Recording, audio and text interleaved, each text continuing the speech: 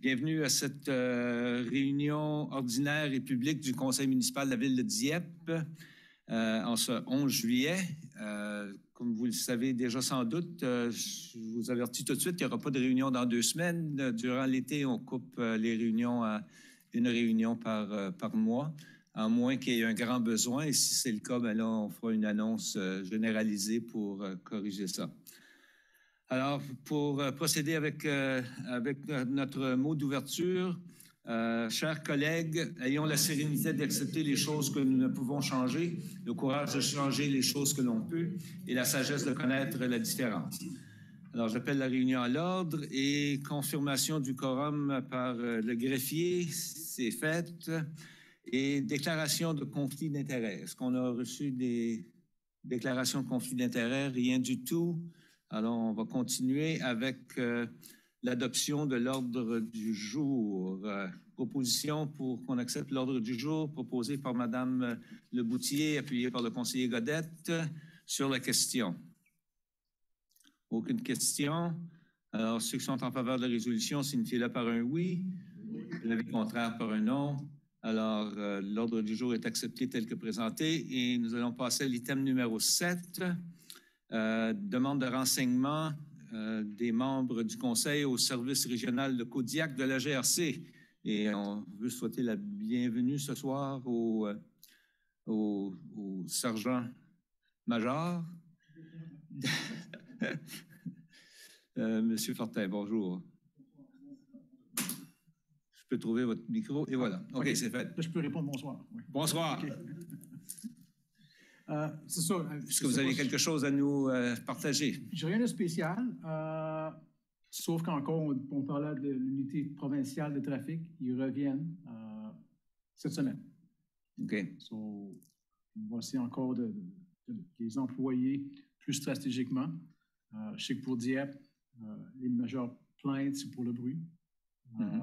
On va essayer de quand même les utiliser de cette façon-là. C'est ça. Je crois qu'il y avait peut-être il y a peut-être des questions pour moi aussi. Là. Oui, non, ça sera la prochaine étape parce qu'il y a des membres du Conseil qui ont des questions. Madame Turgeon-Roy. Merci, M. le maire. Oui, effectivement, des questions, des commentaires. Depuis déjà 1 an qu'on est conseillère municipale, c'est très récurrent. Les gens nous demandent qu'est-ce qui se passe avec l'intervention de la GRC au niveau du bruit, surtout au centre-ville. Mais je vais vous dire, moi, j'habite pas au centre-ville, puis il y en a par chez nous aussi dans les quartiers. On a questionné depuis l'année passée qu'est-ce qu'on peut faire pour ça. Oui, vous avez encore cette semaine l'unité qui vient. Je suis pas certaine. Oui, ça peut faire une différence. Je suis pas certaine que ça fait une énorme différence parce que les plaintes nous viennent peut-être à toutes les semaines. Ça fait que c'est pas juste une fois par mois. La question que je me pose, on a eu, en faisant les recherches puis à savoir qu'est-ce que nous, comme conseil municipal, qu'est-ce qu'on peut faire, c'est très limité dans notre plan d'intervention, qu'est-ce qu'on peut faire. Mais on nous ramène toujours au fait que c'est la loi. C'est au niveau de la province, c'est la loi et c'est aussi la GRC qui doit exécuter selon la loi. Ça fait qu'il y a des petits changements qui nous disaient qu'il fallait qu'ils se fassent au niveau de la province. Puis là, je me demande si qu'on peut, comme conseil municipal, faire la demande directement, même ce soir, au niveau de la GRC, à savoir quel plan d'intervention qu'on peut faire, qu'est-ce qu'on peut répondre à nos citoyens, puis est-ce qu'on peut travailler ensemble sur une solution. Comme je viens de dire, c'est très limité, nous, dans notre marge d'intervention. Mais est-ce qu'on peut vous aider à faire quelque chose, quitte à devenir peut-être des leaders sur la situation, demander à l'association des municipalités de nous aider aussi.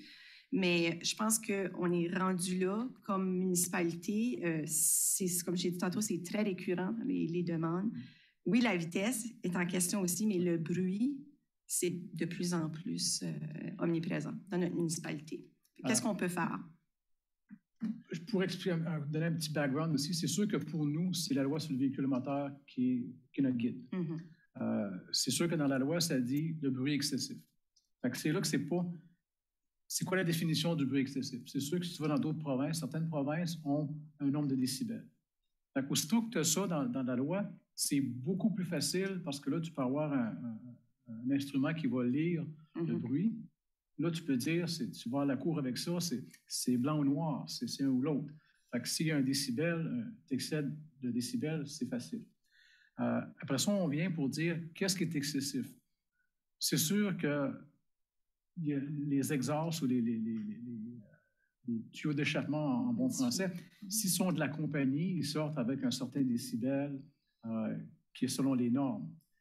Le problème, c'est que tout ça, c'est acheté dans les magasins locaux. Même si sur la boîte, ça va dire, en anglais, ça dit « for closed circuit only », sur des tracts seulement. Les garages où les gens les installent pareil. Donc là, ça devient un problème. Là, pour le policier, que ce soit à Kodiak ou dans la province, un peu partout, c'est d'évaluer c'est quoi excessif. C'est pas facile d'arriver en cours pour expliquer c'est quoi excessif. Sur quoi tu mesures, enregistrer le bruit, ça va pas marcher. Ça va rien donner. Fait que quand tu arrives devant le juge et expliquer c'est quoi le bruit excessif, à quoi tu compares? C'est ça qui devient vraiment, vraiment compliqué. C'est sûr que si la voiture est devant toi puis elle commence à brûler les pneus, puis c'est facile parce que là, tu as quelque chose que tu peux expliquer à la cour. Mais quand tu arrives avec bruit excessif, c'est quoi ça veut dire? C'est-tu plus bruyant qu'un autobus de la ville de Moncton ou de Dieppe qui vient faire sa tournée? C'est-tu plus bruyant que, je sais pas moi, un camion de construction? C'est ça qu'il faut essayer de prendre en considération. C'est comme les Harley Davidson, par exemple, pas pour attaquer un produit, mais c'est les plus bruyants.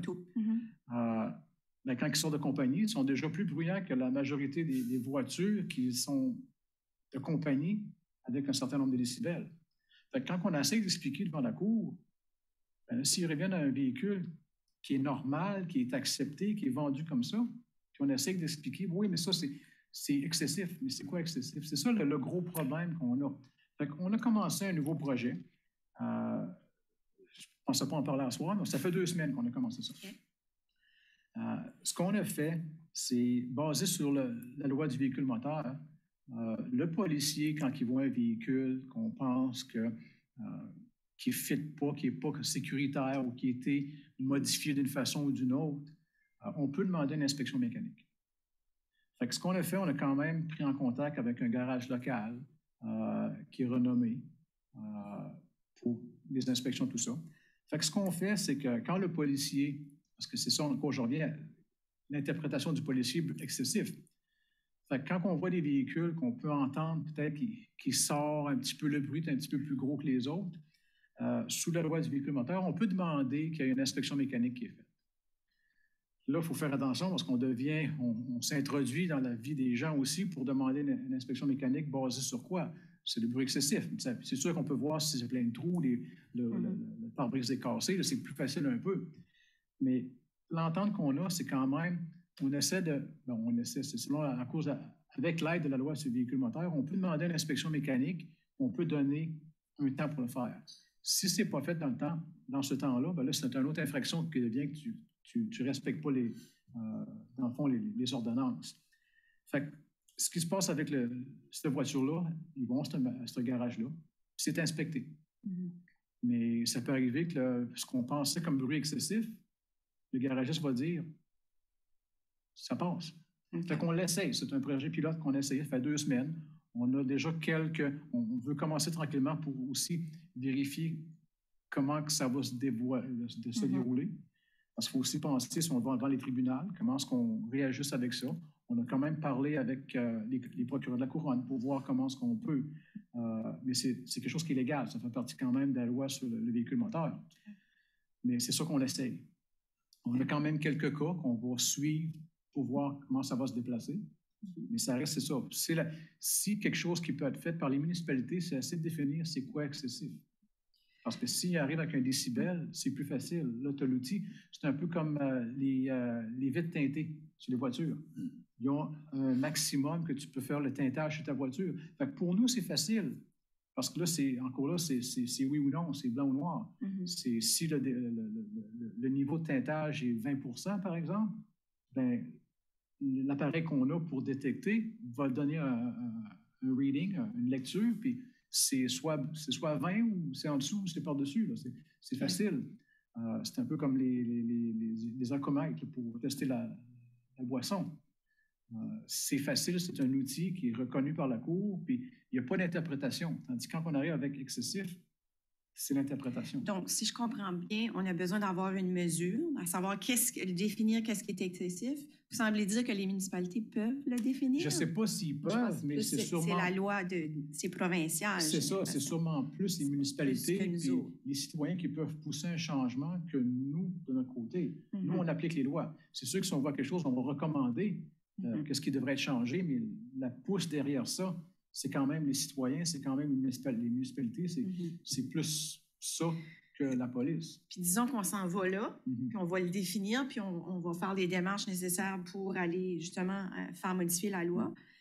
Si jamais que... Puis là, on a parlé d'instruments. On sait qu'il y a un instrument qui existe pour pouvoir mesurer les décibels. Je sais que vous, la GRC, vous ne l'avez pas. Non, on n'en a pas parce qu'il n'y a pas... Vu que la mesure n'est pas là. C'est ça. Ça nous donnerait quoi d'acheter ça quand on ne peut pas vraiment les utiliser? C'est quoi le benchmark? Okay. Ça devient compliqué. C'est sûr que c'est une grosse conversation qu'il faut que se fasse aussi avec les procureurs. Il faut que tout le système judiciaire soit consulté pour voir qu'est-ce qu'on fait, comment est-ce qu'on s'adapte avec ça, comment est-ce qu'on développe une jurisprudence. Parce qu'il y a tout le temps, c'est beau sortir des lois, mais c'est tout le temps une jurisprudence qui sort à cause de cette loi-là qui devient la loi en vigueur dans le sens. Comment est-ce que la loi est appliquée? Ça prend quand même, c'est un processus, mais si on avait quand même un benchmark, ça nous aiderait beaucoup. Ce ne sera pas la solution de tous les problèmes, mais ça quand même, ça nous donne un benchmark pour dire ça, c'est accepté, puis ça, c'est excessif. Alors, c'est ça, c'est la question. C'est le policier, il faut qu'il va devant le tribunal pour expliquer c'est quoi excessif. C'est très vague. Okay, ben, en tout cas, moi, comme conseillère municipale puis représentant des résidents, c'est sûr que j'aimerais qu'on recommande d'aller de l'avant à faire quelque chose, à commencer à faire un plan d'action. Puis si on peut avoir votre appui de ce côté-là, là, ça serait merveilleux. C'est certain que pour la GRC, pour nous, si ça peut simplifier. Puis c'est sûr qu'on a le petit projet, ça fait 2 semaines, c'est tout nouveau. Oui, on essaie de voir comment que ça va se développer. Parce qu'encore là, nous, c'est le policier qui, quand il fait sa patrouille, ou soit qu'on fait un genre de road check, là, un barrage routier, puis si on entend des véhicules qui sont plus forts que les autres, c'est là qu'on va essayer. C'est sûr que, comme j'ai dit tantôt, il faut faire attention. Faut quand même ça peut être un petit peu gris, là. D'ici là, est-ce qu'on peut toujours demander aux résidents de faire des plaintes? Oui. Au service de police Kodiak. Puis c'est le numéro de téléphone qu'il y a sur le site web. Le 857-2400. Parfait. À moins que ce soit une urgence, c'est 911, mais sinon, c'est la ligne normale. Oui, exact. Parfait. Bien, merci beaucoup. Merci pour l'information. Madame Boudreau. Merci, Monsieur le maire. J'appuie ce qui a été dit. Ça serait vraiment bien qu'on puisse travailler tous ensemble pour trouver une solution. Moi, ma question était par rapport à est-ce qu'on pourrait avoir des chiffres exacts de qu'est-ce qui s'est passé pendant les fêtes? Comme là, on a eu la fête du Canada. Est-ce qu'il y a eu des collisions ou des il y a beaucoup de rapports qui sont sur le site web en français, c'est le CRPA en anglais. Oui. Je ne sais pas s'ils vont, je crois que oui, ils vont par municipalité aussi. Je sais pas, là. OK. Tout ce que j'ai pu trouver, c'était par mois. Oui, c'est ça, tous les mois. Mais pas comme le jour exact, comme par exemple pour une telle fête, comme le fête du Canada, je pourrais aller voir pour le 1er juillet. Ça devient un petit peu... difficile.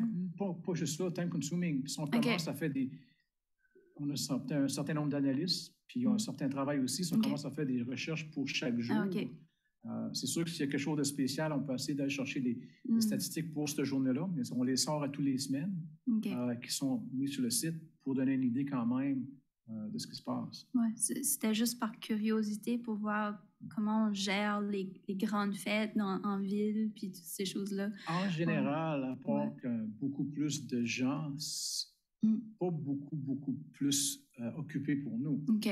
Parce que tu peux avoir un mercredi soir que c'est hors de contrôle. On dirait, dans notre langage, pas nécessairement que c'est si mauvais que ça, mais des fois, la fête n'amène rien de plus sur le travail. Merci. Il y a, il y a des vieilles histoires au sujet de la pleine lune, mais ça, c'est une autre histoire. Monsieur Brideau. Merci, M. le maire. Et merci beaucoup, conseillère Jean-Roy, parce qu'elle a pas mal dit ce que je voulais. Je ne vais pas me répéter. La seule chose que j'aimerais amener à votre attention, c'est que les plaintes qu'on reçoit, puis moi, j'en reçois de tous côtés, c'est qu'on me dit que des alentours de 6 heures à aller jusqu'à 8, 9 heures, c'est la période où là, les jeunes ont fini de travailler, puis là, ils se promènent, puis c'est quand ils nous font entendre, je ne dirais pas le mot vulgaire, mais le son de leur voiture, c'est comme s'ils font exprès pour venir près des bâtiments, comme sur la rue Sunset, la Champlain, et ils font vibrer leur moteur au bout. Puis on me dit, écoutez, là, ils sont où la GRC? Comment est-ce qu'ils peuvent les arrêter s'ils ne sont pas là? C'est juste ça la connotation que je veux vous amener, c'est que si on peut avoir peut-être plus de visibilité ou que les gars... Puis on me disait même, les gars, ils sont assis dans leur voiture, ils ne vont pas entendre ces bruits-là. Et c'est qu'il faut vraiment qu'il y ait du visuel ou de l'écoute. Mais c'est un peu dans le même sens encore ce que tu viens de dire tantôt, c'est qu'on n'a rien pour mesurer les décibels. Encore là, ça va donner quoi? On va arriver à quoi? Mais... Puis la même voiture, dans un contexte comme ça, entre deux gros édifices, avec un ciel nuageux. Exactement. Va être énormément plus bruyant que sur la rue Champlain, par exemple, où c'est tout ouvert. Fait que c'est ça aussi, ça joue aussi. Des fois, le design, c'est quelque chose qui est juste naturel. L'écho va bouncer d'un building à l'autre, puis ça monte, là. Ouais. Le bruit monte. Fait que tu vas l'entendre beaucoup plus clair. Parce que là, c'est ces prix-là. Là. Et de l'autre part, j'essaie de m'expliquer aussi, que ce soit au niveau de la GRC, au niveau de nous, les conseillers, notre travail, etc., c'est que je leur dis toujours, on fait notre possible, on travaille avec la GRC à cet effet-là. On ne peut pas régler tous ces cas-là à tout moment de la journée. Il faut être patient.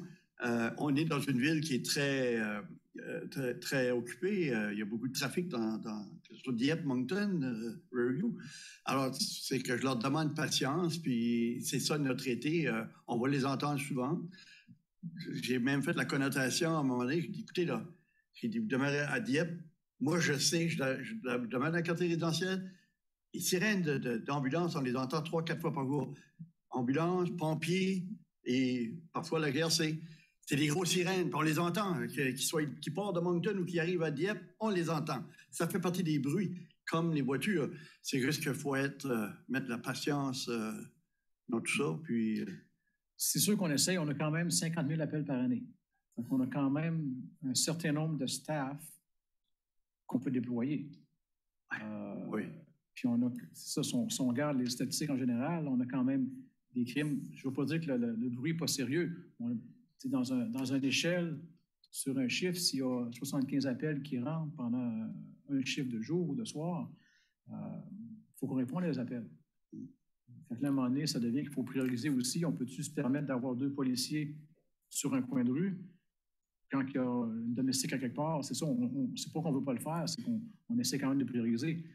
C'est pour ça qu'on essaie d'avoir des... parce qu'on peut être là pendant 2 heures de temps. Une fois qu'on est parti, ça recommence. Oui. Puis pendant 2 heures de temps, s'ils voient le policier, bien, ça n'arrivera pas, là. C'est comme les lumières rouges. Si on parque la voiture pas loin d'un arrêt ou d'une lumière, d'un feu de circulation, c'est bien rare qu'on va prendre quelqu'un qui ne fait pas ses stops ou qui ne fait pas ses arrêts. Fait que le fait qu'on est là, ça va apaiser, ça va réduire peut-être les gens qui pensent monter la Sunset puis qui vont rêver le moteur, tout ça. Une fois qu'on est parti, ça recommence. Fait que c'est quand même là, le jeu du chat à la souris. Fait que c'est ça. Si on est capable d'avoir un petit projet qu'on peut juste aller les ramasser un à la fois puis envoyer un message, je crois que ça serait peut-être mieux pour nous, pour dépenser, pour affecter nos ressources, pour avoir des ressources comme ça que de faire... Oui, on fait des roadblocks, j'ai oublié le nom encore, des... Des checkpoints. Oui, des checkpoints, des... Les arrêts. C'est ça, des roadblocks, je vais dire en anglais. On en fait quand même un petit peu régulièrement, mais ça produit ce que ça produit pendant qu'on est là. Mais quand on part, s'il y a un problème, il continue. Alors, je voulais juste vous redire merci encore pour le service que vous donnez. On voit de l'amélioration, puis je vous encourage juste à continuer puis à redoubler les efforts si possible, mais on reconnaît aussi que le travail se fait. Merci, M. Fortin.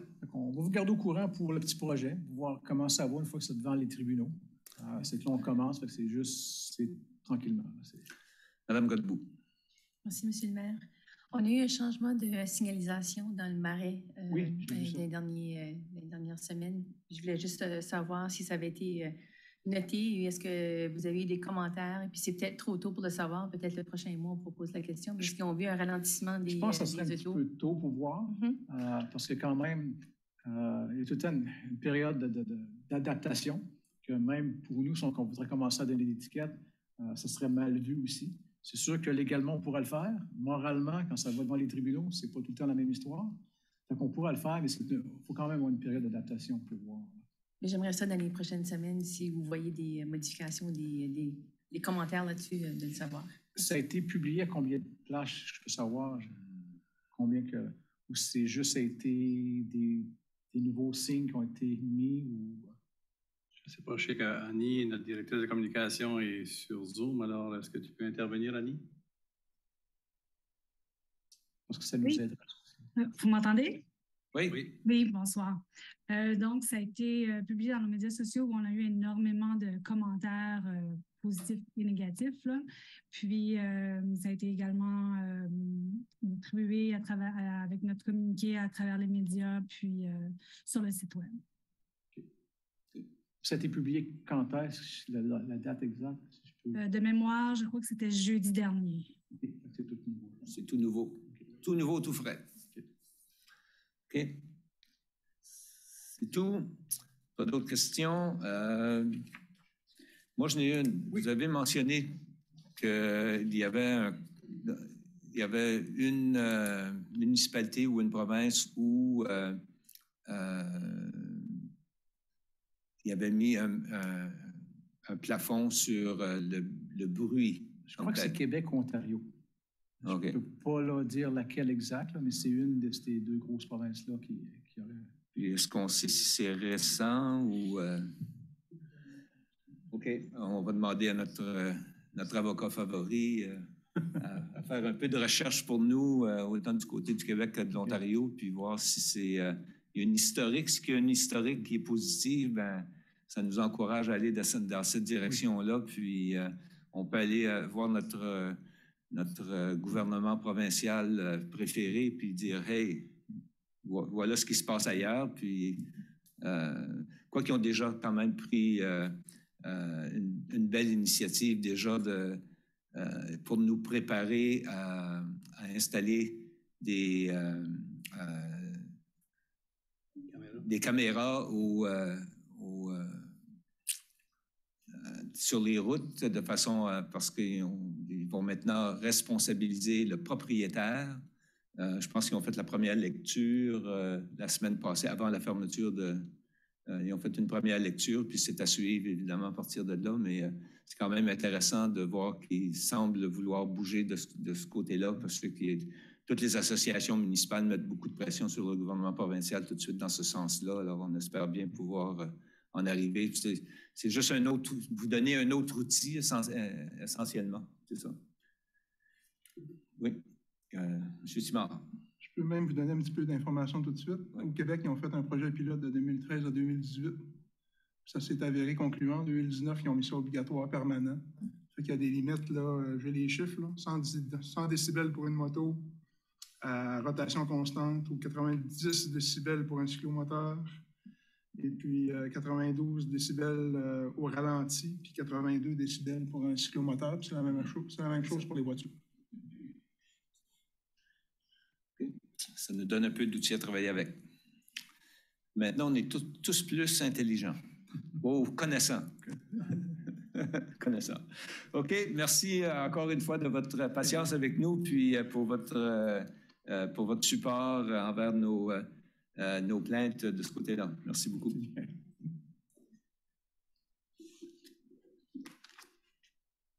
OK. Alors, prochain item, question du public. On n'a pas rien reçu du côté de nos du côté électronique. Est-ce qu'il y a quelqu'un dans la salle spécifiquement qui est ici pour une question quelconque? Je ne vois pas beaucoup de mouvement dans la salle, alors ça veut dire qu'il n'y a pas rien d'autre du côté des requêtes et pétitions. Alors, ça nous amène à l'adoption du procès-verbal de la réunion du 27 juin. Qui veut en faire de la proposition, proposée par le conseiller Thibodeau, appuyé par la conseillère Turgeon-Roy, que l'on accepte le procès-verbal de la réunion du 27 juin sur la question. Aucune question. Alors, ceux qui sont en faveur de la résolution, signifiez-le par un oui.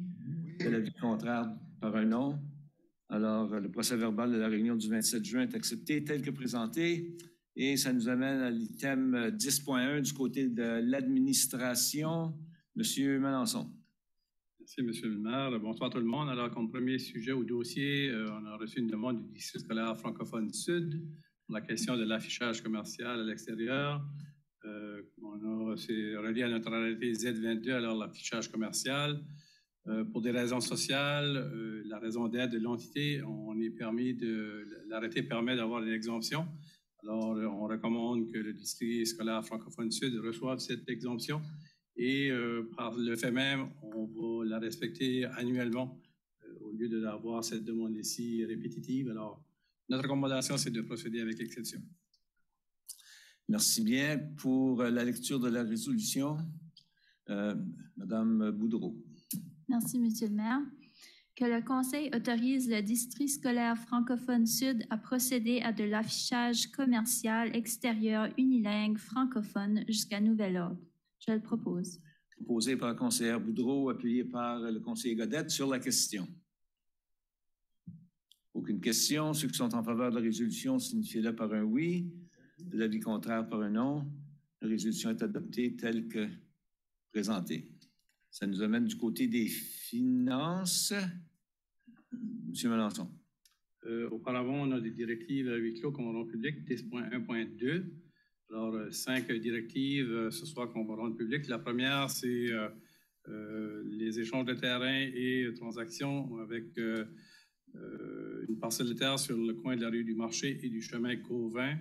Alors ici, on parle de l'hôtel MC Hotels and Resort. C'est un montant de 10 118 $ plus TVH, qui étaient des petites parcelles qui touchaient la rue Gauvin ou la rue du Marché, qui devaient être intégrées à leur projet. Et ceci était connu depuis le début jusqu'à ce que le projet soit finalisé. Alors ça, c'est la première directive qu'on rend publique ce soir. La deuxième, c'est une parcelle de terre, le NID 703-07327 et le 008-19599, qui est situé sur le chemin Melançon au coût de 12 536 $. Alors ici, c'est en vue du projet de construction du chemin Bourque qui a été entamé l'été dernier. Troisième, c'est le service d'ingénierie d'architecture de la gestion du projet au niveau d'immeubles de 10 logements sur le chemin Melançon avec la Société d'habitation du Nouveau-Brunswick. Alors, on a retenu les services de ProDev Consultant pour un coût de 50 000 $ et de Cube Architect pour un montant de 115 000 $ afin de voir à la gestion du projet pour un et aussi au plan et devis de l'établissement pour le logement de 10 unités. Ici, ça fait partie du plan de développement de notre centre-ville. Alors, on relocalise le foyer Six Gauvin sur un terrain sur le chemin Melançon. Quatrième directive que l'on rend publique, c'est une modification à l'entente de partenariat avec le YQM Country Fest. Alors, une révision que le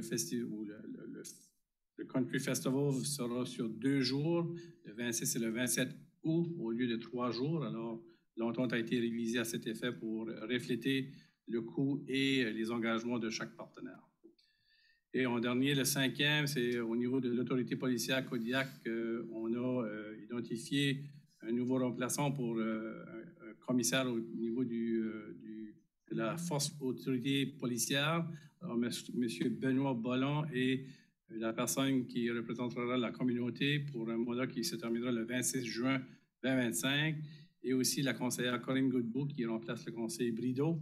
pour un mandat se terminant le 12 juin 2023. Alors, c'est ça les 5 directives, Monsieur le maire, qui sont rendues publiques ce soir. Merci. Est-ce qu'il y a des questions? Bien, premièrement, pour faire la lecture de la résolution, excusez-moi, pour faire cette lecture, Madame Leboutier. Merci, Monsieur le maire. Que le Conseil ratifie les directives adoptées lors de réunions du Conseil tenues à huis clos portant sur les sujets suivants. 1. Vente, parcelle de terrain, rue du Marché et chemin Gauvin, adopté le 8 juin 2020. 2. Achat, parcelle de terrain, projet de reconstruction du chemin Bourg, adopté le 28 juin 2021.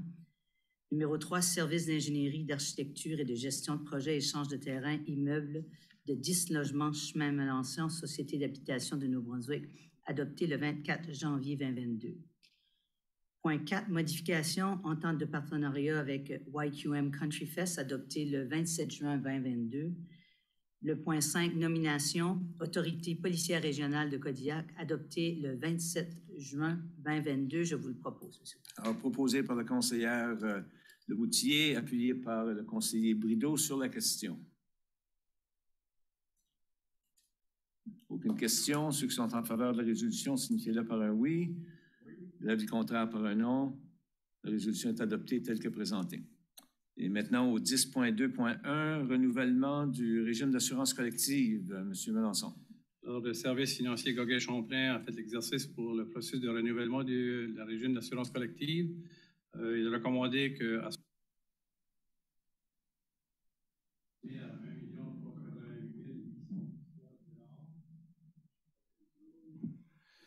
je vais redébuter parce que la traduction, ça n'aura pas capté. Alors ici, on fait le renouvellement du régime d'assurance collective avec les services qui fait le travail et la recherche pour nous, services financiers Gauguin-Champlain.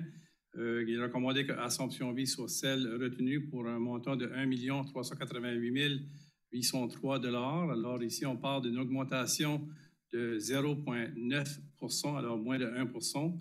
Ici, les éléments qui sont couverts dans cette police, c'est l'assurance vie personne à charge, assurance invalidité courte durée, assurance invalidité longue durée, assurance santé, assurance dentaire et assurance médicaments mise en commun. Alors, la recommandation est d'autoriser cette entente. Et M. Drolet est ici si vous avez des questions plus précises. Il y a quelqu'un qui avait éteint le mauvais micro. Alors, en premier lieu, on va lire la résolution, voir s'il y a des questions pour la lecture de la résolution. Madame Turgeon-Roy. Merci, Monsieur le maire. Que le Conseil autorise le renouvellement du régime d'assurance collective de la couverture de mise en commun avec Assomption Vie, selon les modalités formulées dans la lettre et le tableau soumis par la firme Services financiers Gauguin-Champlain, Inc. en juillet 2022, pour la période du 1er août 2022 au 31 juillet 2023, au coût estimé de 1 388 803 $. Je le propose, Monsieur le maire. Alors, proposé par la conseillère Turgeon-Roy, appuyé par le conseiller Brideau sur la question. Sur la question, Madame Godbout. Merci, Monsieur le maire. J'avais quelques petites questions pour clarifier ma compréhension. Si je regarde la page 101 de notre paquet dans le document qui nous a été fourni par l'assureur, je voulais mieux comprendre les informations qui nous sont données au niveau de l'invalidité de courte durée. On regarde un changement assez important au niveau de ratio de perte d'une année avant. Et on regarde un ratio de perte cible. Je voulais juste comprendre, est-ce qu'on se rapproche de la cible, que c'est une bonne chose, ou est-ce qu'on se rapproche et c'est une mauvaise chose? Puis quand tu ne comprends pas le ratio, c'est difficile à cerner dans quelle direction qu'on va. Je peux peut-être le deviner, mais puis je le pose la question parce que si je regarde, malgré qu'on a négocié le statu quo, c'est quand même une pondération 50 % sur 2 ans. Fait que si on est à la hausse, on s'en vient vers quelque chose de plus inquiétant pour l'année prochaine. Si je lis bien les chiffres, mais je veux m'assurer que j'ai bien lu le tableau et l'information qu'il nous a donnée. Alors, M. Drolet, si vous le permettez, M. le maire. Oui, le micro est le vôtre. Merci, bonsoir. Effectivement, durant la dernière année, il y a eu plus de réclamations au niveau de l'assurance invalidité courte durée. Dans les derniers 24 mois, on a vu beaucoup plus d'incidences à travers les municipalités au Nouveau-Brunswick. parce que la COVID a fait en sorte qu'il y avait plus de congés attribués sur des courtes périodes. Donc, soit que les gens ne se présentaient pas au travail parce qu'il y avait la COVID, ou qu'il y avait l'effet de santé mentale aussi, plus de stress, plus d'anxiété. Donc, on a remarqué qu'il y avait effectivement plus de réclamations d'assurance invalidité courte durée durant la dernière année. Est-ce que c'est une tendance à la hausse? On ne croit pas. On pense que lors de l'année prochaine, on devrait avoir des ratios qui devraient rediminuer plus en bas du 80 %.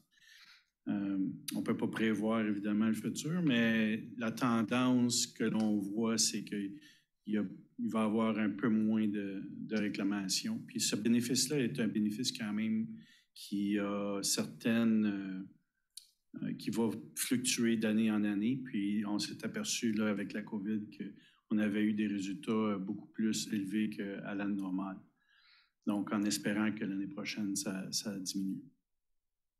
Alors, je confirme qu'on est quand même en bas de la cible, quand même, qui est bon. Oui, on est encore un peu en bas de la cible. Et c'est pour ça on a recommandé un statu quo là, sur le taux. Et puis, l'année prochaine, bien, on a quand même accumulé là, quelques années derrière nous, donc on devrait être relativement proche de la cible l'année prochaine encore. Merci, ça répond bien à ma question. Merci bien. Est-ce qu'il y a d'autres questions? Aucune autre question? Alors, ceux qui sont en faveur de la résolution, signifiez-le par un oui. Oui. Ou de l'avis contraire par un non. Alors, la résolution est adoptée telle que présentée. Merci pour votre présence. C'est bien apprécié. Merci. Bon été à tous. Merci bien. Maintenant, au 10.3 du côté ingénierie. M. Melançon. Alors ici, on parle des routes désignées provinciales. Alors, la province a un peu changé son approche vis-à-vis de ce dossier. Alors, on a reçu quelque temps les 3 prochaines années. Alors, un plan de 3 ans. La Ville, cette année, on fait beaucoup de micro-surfaçage sur nos surfaces de routes désignées provinciales. L'an prochain, la rue Champlain est celle identifiée dans le programme vers le Moncton Flight College. Alors ici, la province nous demande de faire un plan de 5 ans à compter de 2025, alors les années subséquentes de ce premier programme de 3 ans. Alors vous avez devant vous et la lecture de la personne qui va faire la lecture identifiera clairement les priorités de la municipalité selon nos recommandations qui sont quand même dans une période de 5 à 7 ans. Alors, bien, des choses peuvent changer. Alors, on pense qu'annuellement, la province va quand même nous demander de faire une révision des priorités. Alors, on a quand même le moment de pouvoir réviser aux besoins, mais pour le moment, on doit envoyer ceci avant la fin juillet à la province. Alors, c'est pour votre considération et c'est notre recommandation ce soir. Merci pour la lecture de cette résolution. Oh, vous êtes tous gênés. Oh, M. Thibodeau. Je pensais que tout le monde est trop gêné ce soir pour entamer cette longue conversation. Elle est un petit peu plus longue, celle-ci. Que le Conseil approuve les projets prioritaires de la Ville de Dieppe dans le cadre du programme d'amélioration des routes provinciales désignées dans les municipalités pour la période de 2025 à 2029, tel qu'énoncé ci-dessous. 2025, nivellement et asphaltage, rue Champlain, secteur entre la limite ouest de la ville et l'avenue Acadie, 2 150 000 $. Source de financement, Ville de Dieppe, 963 200 $. Ministère des Transports et de l'Infrastructure du Nouveau-Brunswick, 1 186 800 $. 2026, nivellement et asphaltage, 1 900 000 $. Avenue Acadie, secteur entre la rue Champlain et la rue Alain-Gillette, et rue Amiraux, secteur entre le chemin Melançon et la rue Touwig. Source de financement, Ville de Dieppe, 851 200 $. Ministère des Transports et de l'Infrastructure du Nouveau-Brunswick, 1 48 800 $. Préservation de l'asphalte, 100 000 $. Scellement de fissures, rue Amiraux, secteur entre la rue Alain-Gillette et le chemin Melançon, et rue Champlain, secteur entre l'avenue Acadie et la promenade Midland, ainsi que du Moncton Flight College jusqu'aux limites de la ville. Source de financement, Ville de Dieppe, 44 800 $. Ministère des Transports et de l'Infrastructure du Nouveau-Brunswick, 55 200 $. 2027, préservation de l'asphalte, 3 400 000 $. Microsurfaçage, rue Amiraux, secteur entre la rue Alain-Gillette et le chemin Melançon, et rue Champlain, secteur entre l'avenue Acadie et la promenade Midland, ainsi que du Moncton Flight College jusqu'à la limite est de la ville. Source de financement, 1 523 200 $ à la ville de Dieppe et le ministère des Transports et de l'Infrastructure du Nouveau-Brunswick, 1 876 800 $.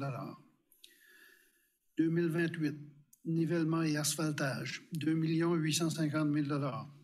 Rue Champlain, entre la rue Lorette et le Moncton Flight College, et rue Amiraux, secteur entre le chemin Fox Creek et la rue Toohig. Source de financement, Ville de Dieppe, 1 276 800 $. Ministère des Transports et de l'Infrastructure du Nouveau-Brunswick, 1 573 200 $. 2029, nivellement et asphaltage, 2 100 000 $. Rue Amiraux, secteur entre le chemin Fox Creek et le chemin Dover. Source de financement, Ville de Dieppe, 940 800 $. Ministère des Transports et de l'Infrastructure, 1 159 200 $. Préservation de l'asphalte, 620 000 $.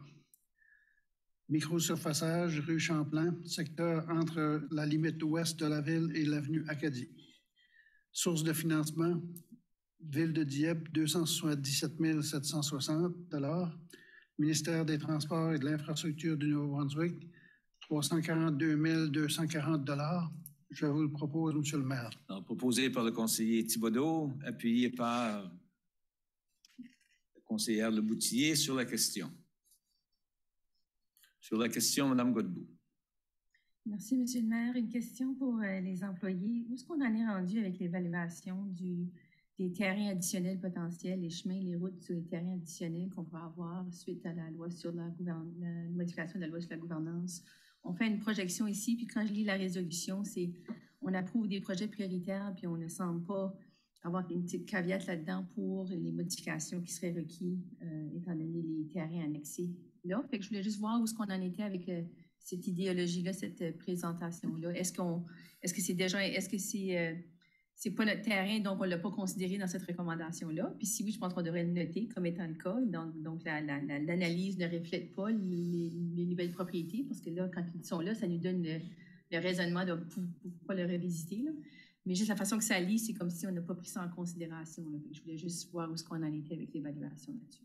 Alors, M. le maire, au niveau du livre blanc, la recommandation, au niveau de l'annexion de territoire qui sera à la ville de Dieppe en janvier 2023, c'est clairement indiqué que la province maintient les routes des terrains d'annexion qui seront annexés aux communautés, aux entités. Alors, c'est un actif de la province, ils vont le maintenir, ils vont l'entretenir. Alors, c'est noir sur blanc dans le livre blanc. Alors, on n'a aucune implication à ce niveau-là, à ce moment ici. Alors, le futur, est-ce qu'il y aura des changements? Il reste à voir. Bien là, la résolution me fait du sens dans ce sens, avec ces informations-là. Merci. Je pense aussi c'est que la majorité de ces chemins-là, c'est des chemins où la province a des responsabilités. C'est leur chemin. Oui, on s'en sert, mais c'est leur chemin. Alors, je pense qu'il y a cet aspect-là aussi, que c'est leur responsabilité. Puis, une des questions que j'avais demandé au DG lorsque j'ai eu le matériel, c'était, il me semble qu'on va pas mal loin. On peut souhaiter que si ça peut se passer comme ça, on sera très heureux.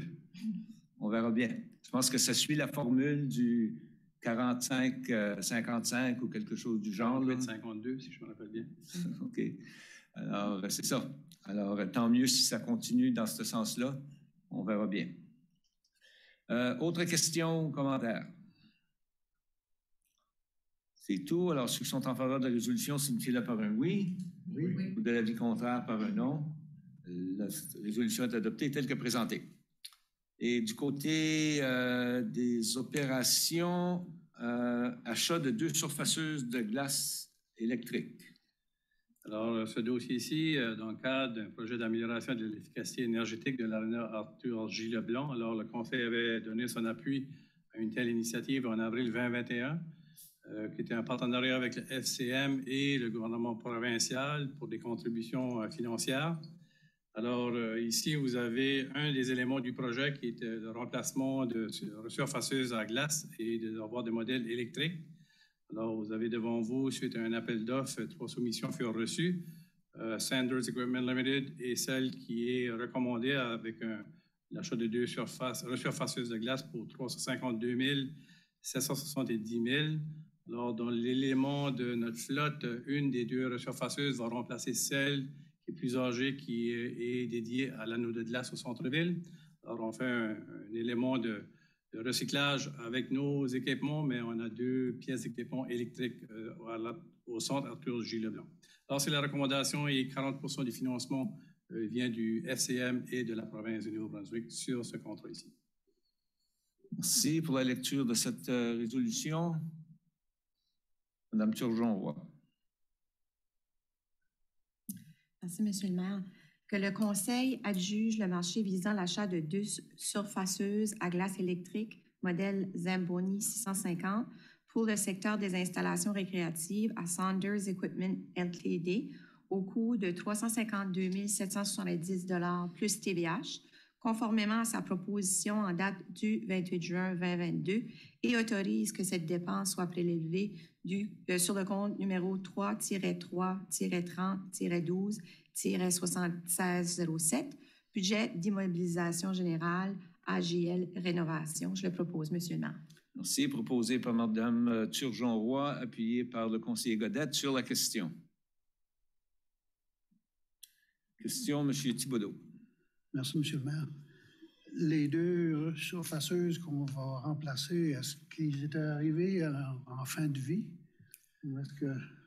On va demander aux spécialistes de l'information de nous partager ça, si vous voulez bien, M. le maire. Bonsoir. Oui, oui, bonsoir. Conseiller Thibodeau, on parle d'une 2003 et une 2008, les 2 modèles qu'on remplace. Et puis, oui, la durée de vie. Alors, ils ont dépassé leur espérance de vie, mais la clé ici aussi, c'est qu'avec les nouvelles recommandations de la province au niveau de la qualité de l'air dans les arénas, un rapport qui est sorti en 2014, il est fortement recommandé les Zamboni, ici c'est des Zamboni, mais les resurfaceuses électriques pour réduire le niveau de monoxyde de carbone. Je suis tout à fait d'accord avec ce principe, mais je me demandais juste s'ils étaient à leur fin de vie. Oui. Ça répond à ma question. Merci bien. Merci, Mme Godbout. Merci, M. le maire. 2 questions. On regarde une différence d'à peu près 16 points là, dans les différences entre les critères d'évaluation. Ne voulant pas aller dans les détails de chaque pointage de tout, là, je voulais juste mieux comprendre le 16 % ou le 16 points de différence. Est-ce que c'est étalé sur les 5 différents critères en particulier ou est-ce qu'il y a un critère en particulier dans lequel cette demande-ci se distingue des autres? Le gros critère, c'est le service après-vente, la proximité des pièces, la disponibilité. Alors, il y a du travail que nous, on peut faire avec nos mécaniciens, mais il y a aussi du travail spécialisé. Et puis, c'est là vraiment qu'il y a une grosse différence, puis aussi avec l'historique aussi qu'on a avec les 3 fournisseurs. Merci. Mon prochain, c'est peut-être plus un commentaire qu'une question. Si je regarde les critères d'évaluation, c'est très spécifique. On dit souvent qu'on parle avec notre argent, là, et puis pour la municipalité, je pense que c'est vrai aussi. Ça serait le fun avec le temps, quand on va regarder notre politique sur l'adjudication qu'on utilise pour guider les achats, qu'on agrandisse les critères qu'on regarde, puis qu'on regarde d'autres choses comme est-ce qu'il y a des compagnies là-dedans, dans les 3, qui offrent l'équité salariale?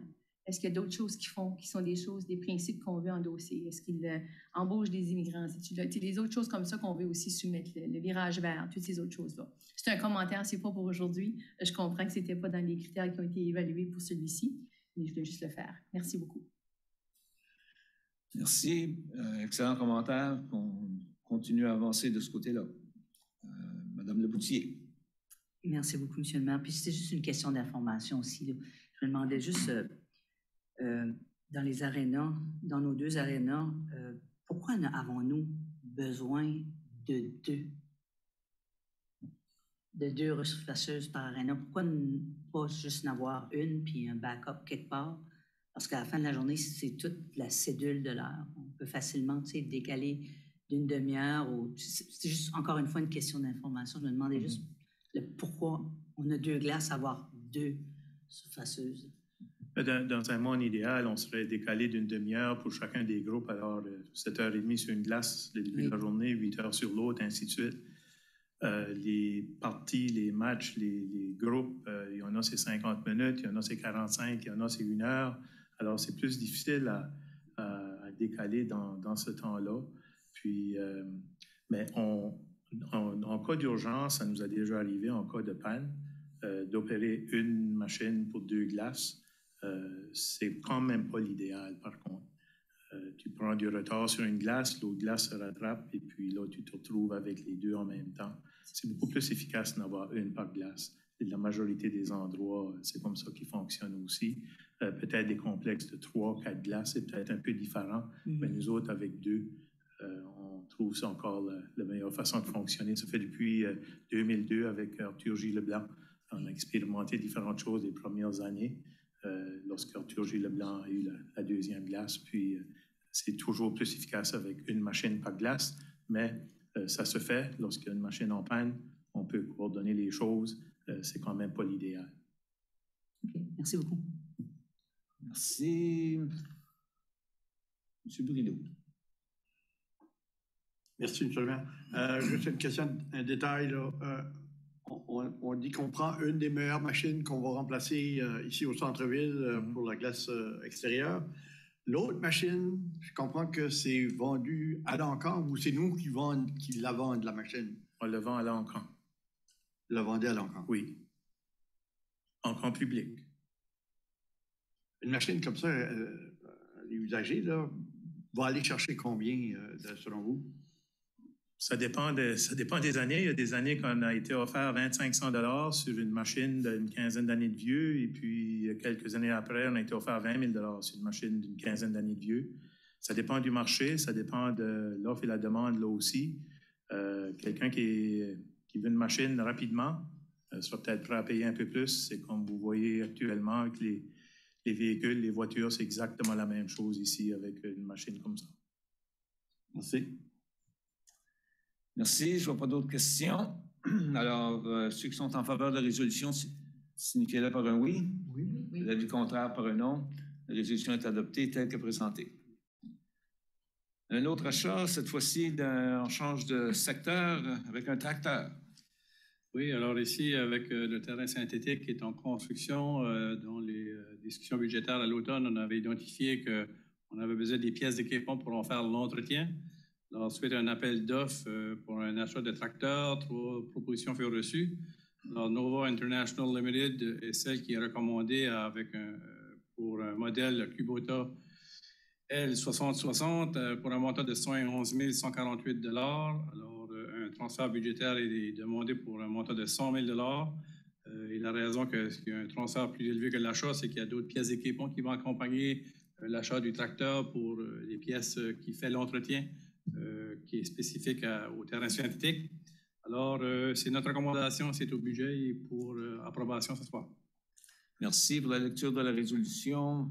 Monsieur, excusez-moi, Monsieur Brideau.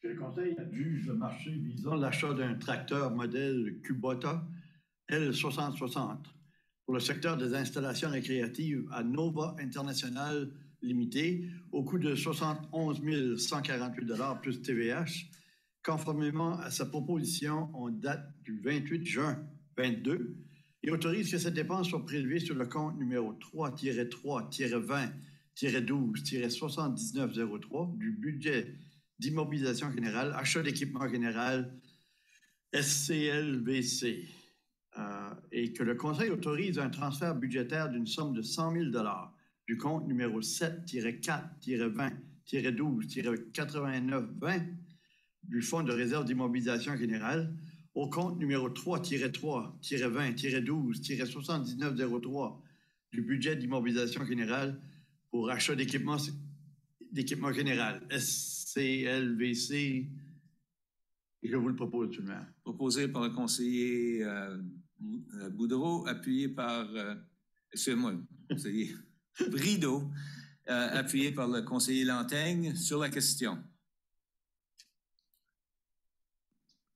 Question, M. Lantaigne, ou c'était pour appuyer? Oui. Merci, M. le maire. Ma question, c'est pourquoi on parle qu'il y a autre 30 000 d'accessoires. Je veux savoir pourquoi ça n'a pas tout ensemble dans la demande de proposition. On ne vous comprend pas très bien, là, mais si j'ai bien compris, c'est pourquoi les accessoires ne font pas partie de l'achat du directeur, c'est parce que c'est des fournisseurs différents. Oui.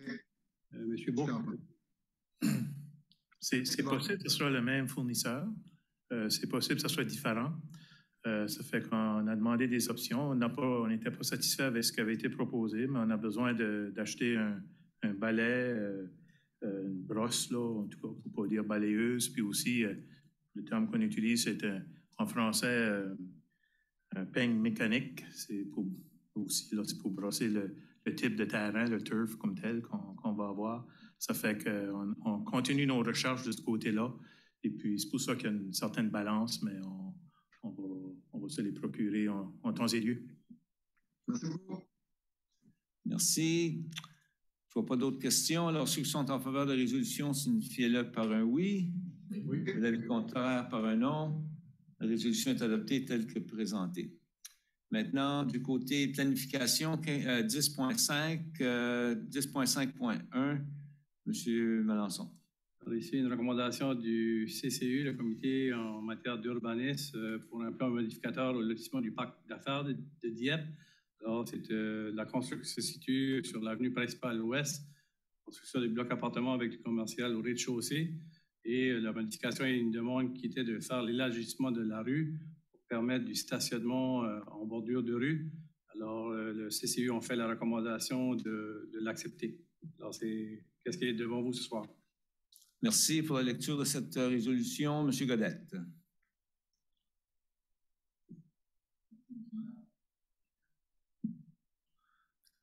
Merci.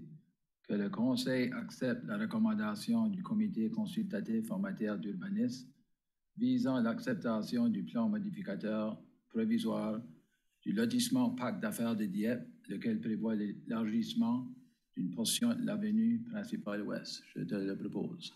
Proposé par le conseiller Godette, appuyé par Mme Leboutillier sur la question. Aucune question. Alors, ceux qui sont en faveur de la résolution, signifiez-le par un oui. Oui. Le contraire par un non. Alors, 10.5.1 est accepté tel que présenté. Maintenant, au 10.5.2, recommandation du CCU, encore une fois, M. Melançon. Alors ici, c'est le lotissement au village Fox Creek, unité 1. Alors, c'est pour faire l'acceptation de l'emplacement de la prolongement de la rue Caleb, le croissant Karma, l'emplacement des servitudes de services du gouvernement local, ainsi que l'emplacement du terrain d'utilité publique. Alors, le comité CCU a fait la recommandation que vous l'approuvez ce soir. Merci pour la lecture de la résolution. Monsieur Thibodeau. Merci, Monsieur le maire.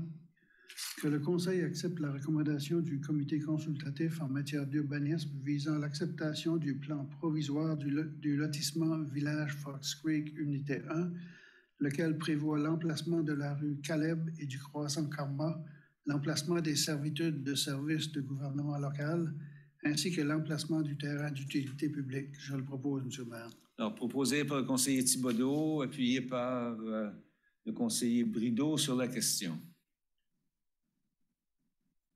Aucune question. Alors, ceux qui sont en faveur de la résolution, signifiez-le par un oui. Oui. L'avis contraire par un non. La résolution est adoptée telle que présentée. Maintenant, au 10.5.3, recommandation du CCU concernant le plan modificateur de provision de lotissement pour Rita Doherty Bellinger. Alors ici, c'est un lotissement qui se situe tout près du chemin Bourque. Alors, suite à l'évaluation, il est recommandé que l'on prenne une valeur monétaire de 3 560 et 22 sous au lieu de prendre du terrain d'utilité publique. Et ici, ça équivaut à 8 de la valeur du dit terrain du lotissement. Alors, c'est la recommandation du CCU concernant cette demande. Merci pour la lecture de cette résolution. M. Lantaigne. Monsieur le maire, donc le Conseil accepte la recommandation du comité consultatif en matière d'urbanisme visant l'acceptation du provisoire du lotissement Victor Doherty Bellinger et accepte non plus que le promoteur verse la somme de 3 560 et 22 terrain d'utilité publique, laquelle équivaut à 8 de la valeur marchande du dit terrain. Je vous en fais la proposition, M. le maire. Malheureusement, je vais devoir demander à quelqu'un d'autre d'en faire la lecture parce qu'on n'avait pas grand-chose comme voix, puis ce n'est pas une critique envers vous, c'est souvent la technologie. Alors peut-être M. Brideau, s'il vous plaît. Merci, M. le maire. Que le Conseil accepte la recommandation du comité consultatif en matière d'urbanisme visant l'acceptation du plan modificateur provisoire du lotissement Rita Dorothée Bellinger et accepte non plus que le promoteur verse la somme de 3 560,22 au lieu d'un terrain d'utilité publique, laquelle équivaut à 8 de sa valeur marchande du dit terrain de lotissement. Je vous le présente, je vous le propose, M. le maire. Merci. Proposé par le conseiller Brideau, appuyé par la conseillère de Boutillier sur la question. Sur la question, Mme Godbout. Merci, M. le maire. Je devrais malheureusement voter contre cette proposition. On se retrouve encore, excusez, dans le scénario où le montant de la valeur marchande est calculé et basé sur une réflexion avant qu'on autorise le lotissement. Alors, dans sa valeur, la propriété, quand on regarde la valeur marchande, on la prend avant qu'on approuve la modification du zonage et y accroît sa valeur. Alors, si on aurait demandé, puis je regarde dans nos documents, là, à la page, et j'apprécie que les employés ont ont quand même été voir quelqu'un pour faire une évaluation. Mais l'évaluation, si on regarde dans nos documents, excuse-moi, je ne vois pas la page, je ne peux pas tout de suite, elle ne vient pas, que ça dit que soit remplacé par le versement de la valeur marchande des terrains de lotissement à la date de la présentation du plan de lotissement pour approbation. Fait qu'il évalue la valeur du terrain avant qu'il ait approuvé avec toutes les modifications qui accroissent sa valeur. Puis là, on lui donne un montant moindre pour les utilités publiques. C'est une subvention indirecte pour le développement. Je pense qu'on n'est pas clair là-dessus. Je l'ai dit à plusieurs fois, fait que je m'ose le dire un petit peu plus fort, avec des mots plus forts, mais c'est une subvention indirecte qu'on donne aux développeurs, là, parce qu'on est en train d'évaluer la valeur de cette utilité publique-là sur la valeur du terrain avant qu'on lui accorde l'approbation qui fait accroître sa valeur. Moi, je suis contre cette résolution-là ce soir pour cette raison-là. Merci. Et est-ce qu'il y a quelqu'un d'autre? Madame Leboutillier. Moi, c'était juste une question d'information plus que d'autres choses là, sur le montant, parce que là, pas beaucoup, mais ce soir, on va en voter 2 sur le 8 des montants. Et ces montants-là, ça serait bien qu'on regarde à diriger ça directement, code de l'arbre, des choses qu'on peut embellir. Et aussi, lorsqu'on fait ceci, je ne sais pas si ça serait possible de justement, lorsque le développeur va développer cet arbre, si on ne va pas avoir de terrain d'utilité publique, de le forcer, c'est un gros mot là, mais d'émettre qu'il se doit d'avoir des arbres, tant d'arbres, comme on s'en va avec notre code de l'arbre, déjà à ce moment-là, à chaque fois qu'on fait ceci. C'est juste une suggestion que moi, j'aimerais voir là, dans le futur dans des circonstances comme ça.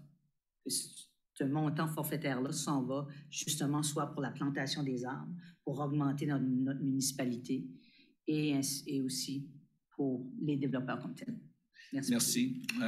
Commentaire de M. Girard ou... Oui, Monsieur le maire, est-ce que vous m'entendez bien? Oui. Donc, juste sur le point ou le commentaire de la conseillère Leboutillier, le commentaire de la conseillère Godbout, je pense que c'est important de noter ici qu'il n'y a pas de processus de rezonage ou de modification à l'arrêté de zonage, mais plutôt juste un lotissement. Donc, on lotit le terrain existant, on le divise en deux. Donc, là, maintenant, le terrain va avoir deux façades. Une façade sur le boulevard Dieppe et l'autre terrain va aussi avoir une façade sur le chemin Bourque. Donc, je suis un peu de la même avis que vous, là, que l'évaluation est un peu basse, mais le processus, on a quand même suivi notre procédure là, de faire évaluer le terrain. Donc, je suis quand même d'accord avec vous là, qu'encore là, l'évaluation est basse, mais à la fin de la journée ici, ça a été le chiffre qu'on a de présent et ce qui a été recommandé là, par le comité consultatif en matière d'urbanisme. Merci. Madame Godbout, pas que je veux qu'on commence un débat, mais je veux répondre. Pas de débat, effectivement. Merci pour la précision. J'avais effectivement référé à un zonage et puis merci pour la clarification que c'est un lotissement. Pour moi, la position que je pense que je vais communiquer, le principe, c'est là où on va émettre un permis de quelque sorte. Et lorsqu'on va prendre une action qui va permettre et augmenter la valeur marchande en lien avec cette décision-là, ça devrait être ça les critères qui devraient être pris en considération, peu importe sa forme. Mais j'apprécie la précision, je pense qu'elle est importante à apporter. Merci. Il y aura peut-être des considérations à faire du côté oui, ça ressemble à un incitatif, mais si on change la formule, puis nos compétiteurs ne font pas la même chose, ça nous met peut-être dans une situation de déficit versus puis peut-être un impact sur le développement. Je ne sais pas pour commencer un argument, mais c'est juste peut-être une observation sur... Oui, c'est ça, en autant qu'on est transparent, c'est ça. Exactement. Alors, s'il n'y a pas d'autres questions, ceux qui sont en faveur de la résolution signifieraient par un oui. Oui. L'avis contraire par un non. Non de Madame, enregistré pour Mme Godbout. Et la résolution est acceptée. Au 10.5.4, recommandation du CCU pour un plan provisoire sur le lotissement Alfred J. Bourgeois. Excusez, alors ici également, c'est pour du terrain d'utilité publique, identifier que l'on prenne la valeur monétaire au lieu de terrain, qui est évalué à 8 % de la valeur marchande. Le montant est de 15 054 $. Alors, c'est qu'est-ce que le comité consultatif a fait comme recommandation pour votre considération. Merci pour la lecture de cette résolution.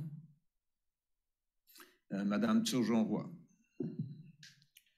Merci, M. le maire.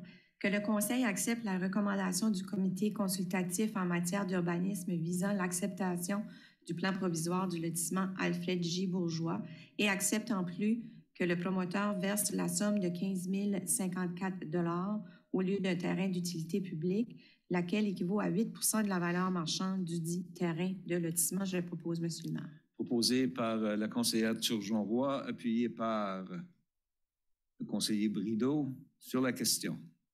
Sur la question, M. Godet. Oui, merci, M. le maire. À la page 127,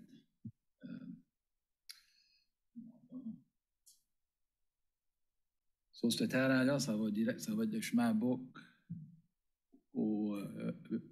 jusqu'au boulevard Dieppe, ça va traverser tout à travers, puis c'est un terrain de boisé. Oui. La rue, les maisons qui sont, on va dire, au sud, là, la rue Le Moulin, qu'est-ce que la petite portion de terre qui reste là, ça appartient à quelqu'un, ça? Ou?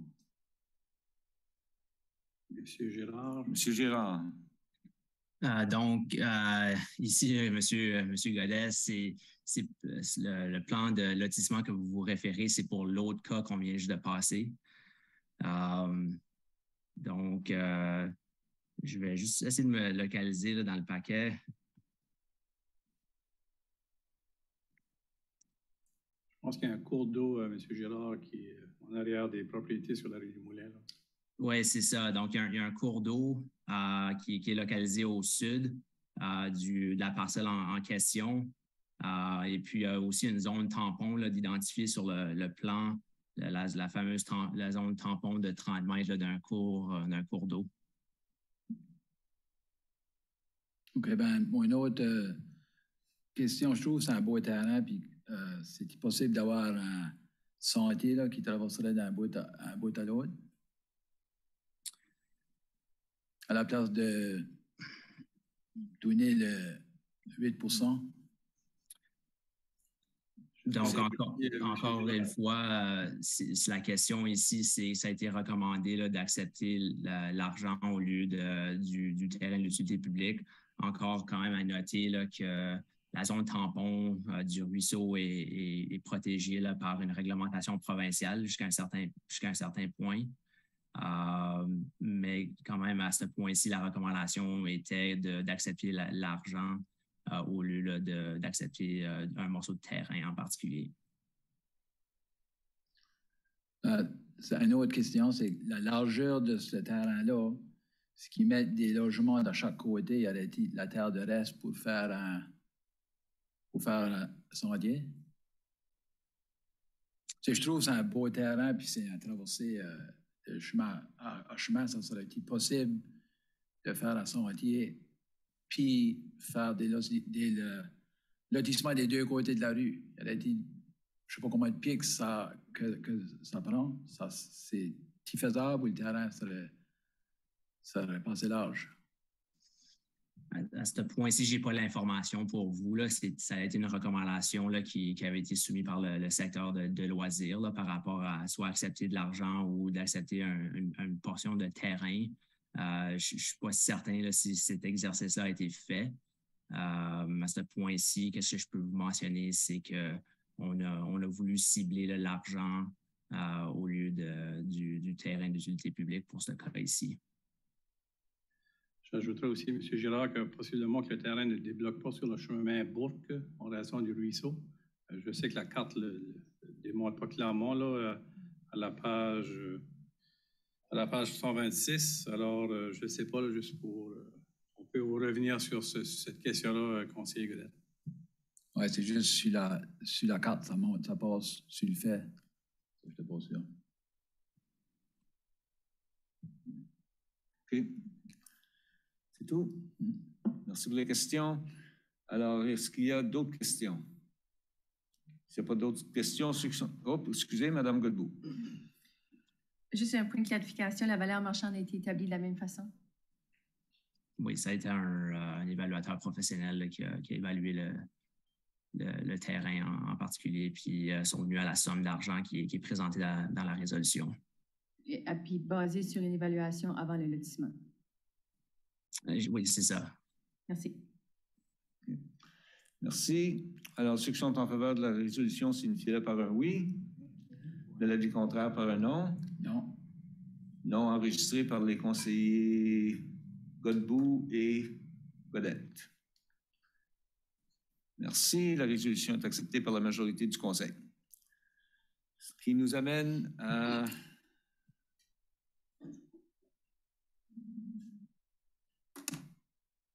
au 10.6.1 pour l'adjudication du marché.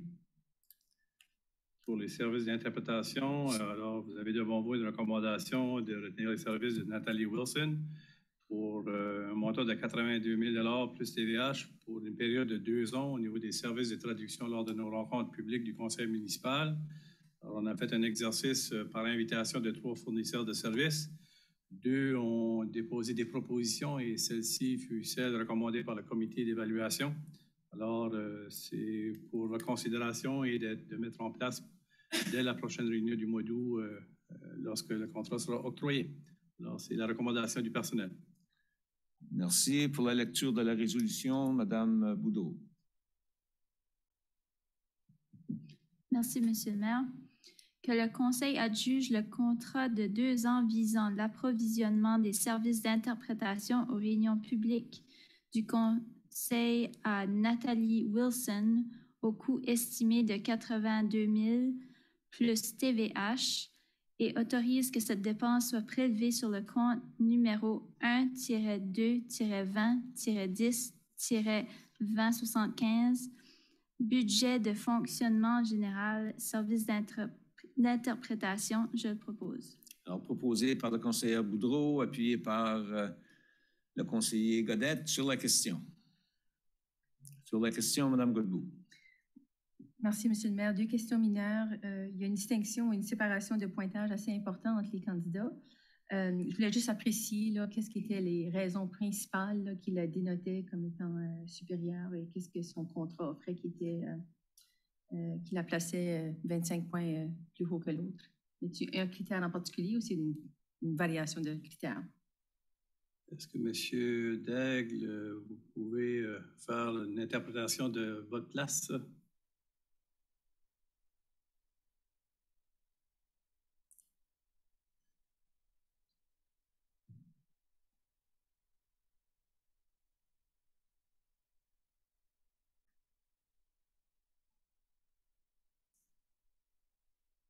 Un instant. 2 minutes. J'ai une deuxième question. Il doit se brancher à Zoom. Là. Okay. J'ai une deuxième question qu'on pourrait peut-être faire avant. Oui. La deuxième question, j'apprécie beaucoup le due diligence qui a été fait à nous trouver quelqu'un de qualité. Je me posais la question à l'intérieur du contrat que vous allez négocier et mettre en place. Qu'est-ce qui sont les mesures qu'on met en place pour assurer la qualité de la traduction qui est ensuite présentée? C'est quoi les mesures qu'on va utiliser dans 2 ans pour essayer d'évaluer la capacité et l'efficacité de l'individu? C'est certain qu'on va, M. le maire, on va faire, prendre connaissance suite aux réunions, alors on va valider la qualité. C'est certain aussi que le public, on va certainement vouloir avoir leurs commentaires sur la qualité de la traduction, que ce soit en français ou en anglais, alors dans les deux sens de la traduction. Alors, ça, c'est des méthodes qu'on va certainement mettre en place pour s'assurer que la qualité est maintenue et qu'elle soit toujours en place. Merci. Je pense que c'est important d'avoir justement la rétroaction du public, justement, surtout quand on se retrouve dans des situations de COVID où on ne peut pas se présenter sur les lieux, on est très dépendant sur la traduction et puis l'efficacité et la bonne communication de la part des gens. Alors, merci. Je serais intéressée dans 2 ans, lorsqu'on reviendra dans l'évaluation, de voir qu'est-ce qu'on a comme commentaire et les moyens qu'on a utilisés. Alors, M. Daigle est là. M. Daigle, bonsoir.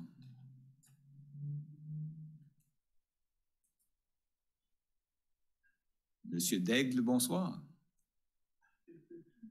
On ne vous entend pas. Y a-t-il un micro que je devrais, en quelque part... Bon, là, je pense que vous m'entendez. Ah, oui, là, maintenant, on vous entend. C'est ça. Excellent. Ça fait que, pour répondre à la question de Mme Godbout, point de vue du pointage, il y avait les certifications qui étaient reconnues au niveau provincial et fédéral, qui était un facteur. Puis l'autre facteur était aussi l'évaluation les vidéos, parce qu'on avait demandé des vidéos ou de l'audio plutôt des interprètes. Ça fait que c'était surtout sur ce côté-là qui était la différence de pointage. Merci. Okay. Merci. Est-ce qu'il y a d'autres questions? S'il n'y a pas d'autres questions, ceux qui sont en faveur de la résolution, signifiez-le par un oui. De l'avis contraire par un non. La résolution est adoptée telle que présentée. Merci à tous. Ça nous amène à l'item 11 des arrêtés municipaux. Il n'y en aura pas pour ce soir. Avis de motion. Aucun avis de motion reçu. Et ça nous amène à l'item 13, l'item favori de tout le monde. Demande de renseignements et annonce des membres du conseil. Puis je pense qu'on commence à ma droite, qui veut dire que M. Lantaigne, you're on. Le son est mieux maintenant. Pas le job. De toute façon, je n'ai rien ajouté, sauf que je souhaitais un bel été à employés, à tous les membres du conseil ainsi qu'à tous les assistants. Merci beaucoup. Si on a bien compris, vous souhaitez une bonne été à tout le monde puis d'être en sécurité. C'est exactement ça. OK, je pense qu'on l'a. Merci bien. Madame Godbout. Merci, M. le maire. J'ai juste une demande d'un citoyen qui posait une question au niveau du parc à chiens.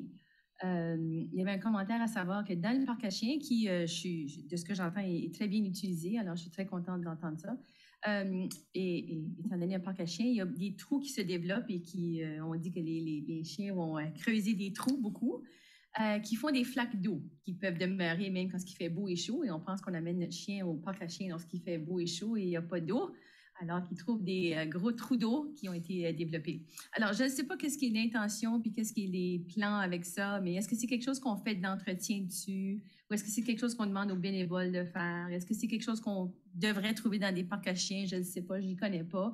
Je communique tout simplement la question. Je trouvais que c'était une bonne question. Je trouvais que c'était quand même quelque chose qu'on pourrait regarder, mais je vous lance la question là-dessus pour commentaire. Je ne sais pas si on a une réponse, si ça fait partie intégrale d'un parc à chiens. Oui, moi non plus. Connaissance. M. Richard ou M. Bourg, je ne sais pas. M. Richard. C'est une très bonne question. Je vais faire le suivi pour voir qu'est-ce qu'il en est. On a quelques bénévoles qui nous donnent un coup de main, mais ça ne fait pas partie nécessairement de leur mandat au niveau de l'entretien du terrain comme tel. À ce niveau-là, c'est notre personnel. Donc, on va faire un suivi pour voir qu'est-ce qu'il en est. C'est des meilleures pratiques dans d'autres parcs à chiens qu'on pourrait utiliser. Je vous remercie et je souhaite un bel été à tous les résidents et résidentes. Merci.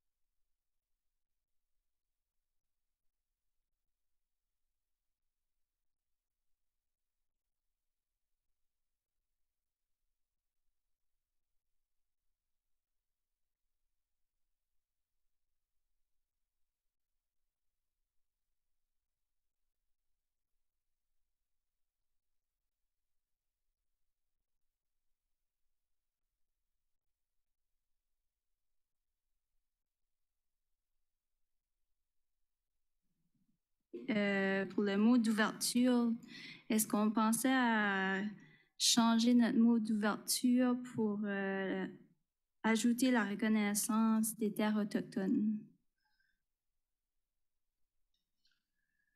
Alors, question du terrain de volleyball, je pense qu'il y en a un d'aménager à un emplacement, je pense, M. Richard, depuis un petit bout de temps. Oui, excuse. Avec l'été au parc, donc on a appris qu'il y avait un terrain qui était aménagé là. Je pense que c'est peut-être pas un grand terrain comme on a l'habitude de le voir, mais je pense qu'il y a des filets là pour jouer du volleyball. Parfait. Concernant les pôles urbaines ou dans le milieu urbain, M. Simard avait circulé un courriel qu'on allait regarder, mais à ce moment ici, la charge et les ressources que l'on a, on les concentre sur notre opérations quotidiennes. Alors, en temps et lieu, on vous reviendra avec une mise à jour sur ce dossier-là. Pour la reconnaissance pour la communauté autochtone, je sais que le Conseil en a discuté ou on a partagé quelques semaines, je pense 2 semaines passées. Alors, on va certainement regarder à comment le faire bien. Alors, on vous revient cet automne sur cette demande. OK. Et puis, pour la question qui vient de moi, c'est j'ai vu qu'on était censé avoir un outil de suivi pour la mise en œuvre de comme la réduction des émissions de gaz à effet de serre. On était censé avoir un site web qui s'appelle action-ges.com DIEP. Puis, je vois que ça ne fonctionne pas. Est-ce que c'est quelque chose qu'on allait mettre à jour avec le système des communications pour pouvoir suivre nos réductions de la ville? Alors, est-ce que c'est Mme Duguay ou M. Girard au niveau du plan durable ou les communications avec Annie? Ce n'est pas un dossier de communication, non. De mon côté, je peux vérifier pour que le site web ne fonctionne pas. Ça a été le plan de réduction de gaz à effet de serre ça a été un projet entamé par un partenariat avec la ville de Dieppe et la FMNB. Et aussi, là, c'est un document qui a été préparé par un consultant. Donc, je peux voir là, si le document pourrait être disponible sur le lien là, que tu as mentionné. Et puis, en ordre général, les suivis sont faits de façon annuelle, avec une présentation annuelle au conseil là, pour faire le point là, sur les différentes initiatives que la municipalité a faites afin là, de réduire ses émissions de gaz à effet de serre. OK. Merci. Je vais souhaiter un bel été aussi à tous les employés, les conseillers et aux résidents de la ville de Dieppe. Merci, Mme Leboutier. Merci, M. le maire. Mais moi, je n'ai rien à rapporter aujourd'hui, ce soir. Et même chose, bon été à tous.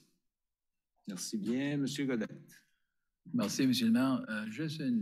J'ai eu un appel, moi, tout, d'un citoyen. La question était, je sais qu'on a une loi pour les chiens. La question était si, on va dire, tu as un chien qui jappe continuellement à la journée, je sais qu'il faut qu'il le rapporte à la ville, mais qu'est-ce qui est fait? Ou qu'est-ce que les démarches? C'est Simard. Merci pour la question. On a une entente avec la SPA Moncton, si je me souviens bien, pour les chiens. Donc, vous pouvez appeler à l'hôtel de ville ou directement, là, il faudrait vérifier sur le site Internet. Je pense qu'on a mis les coordonnées de SPA Moncton sur le site web de la ville. Donc, ils peuvent être contactés, sauf erreur, service 24/7. Donc, un chien qui jappe, ils peuvent intervenir. OK, merci. Puis moi, c'est tout. Puis je voulais souhaiter bon été à tout le monde. Merci. Eh bien, moi de même, je veux évidemment souhaiter à tout le monde, tous nos employés, nos citoyens, tous les gens de la région, bel été, bien chaud, mais avec un peu de pluie une fois de temps en temps pour qu'on maintienne le niveau d'eau approprié pour bien alimenter nos citoyens de ce côté-là. Je souhaite à tout le monde de bien voyager en sécurité également. Très important. Puis pour ceux-là qui voyagent sur nos routes et en général sur les chemins où les gens font de la bicyclette, rappelez-vous que la règle du jeu, c'est 1 mètre, si je ne me trompe pas, 1 mètre de distanciation. Alors, très important. On sait que le cyclisme prend de plus en plus de place partout sur notre territoire et sur la province en général. Un peu partout. Alors, on veut vivre en santé, mais on veut vivre aussi. Alors, on demande aux gens de faire attention. Ceci étant dit, bon été à tout le monde. Puis, dans notre cas, on se revoit le premier lundi du mois d'août pour la prochaine réunion du Conseil, à moins d'une urgence quelconque. Excusez, le deuxième lundi. C'est ça. C'est bien ça. Merci. Bonne fin de soirée.